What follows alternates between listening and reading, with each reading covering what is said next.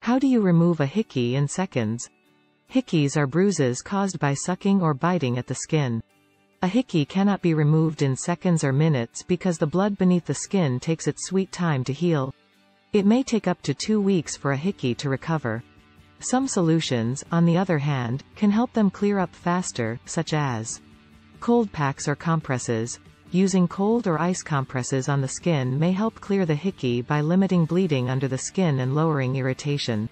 It may also reduce skin discomfort and sensitivity. You can apply ice cubes wrapped in a clean cloth to the bruise. A metallic object, such as a small spoon or metal bowl, can also be used as a cold compress after being frozen. For optimal effects, apply a cold compress as soon as possible or during the first 12 hours of obtaining the hickey. Hot packs and massage. If you've had a hickey for at least 48 hours, hot compresses can speed up recovery. On the hickey, use a clean cloth soaked in warm water or a hot water bottle. Massage the bruise with a heating pad or a warm towel. This must be done so that the clotted blood goes out from the wounded skin by gently massaging from the center of the bruise outward. This procedure should be repeated multiple times per day. Arnica gels or creams. Applying arnica gel or cream to the skin may aid healing. Arnica is a herb with medicinal qualities.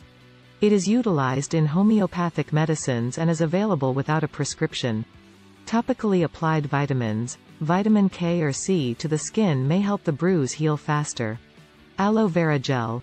This is a safe and natural therapy that may aid in healing a hickey.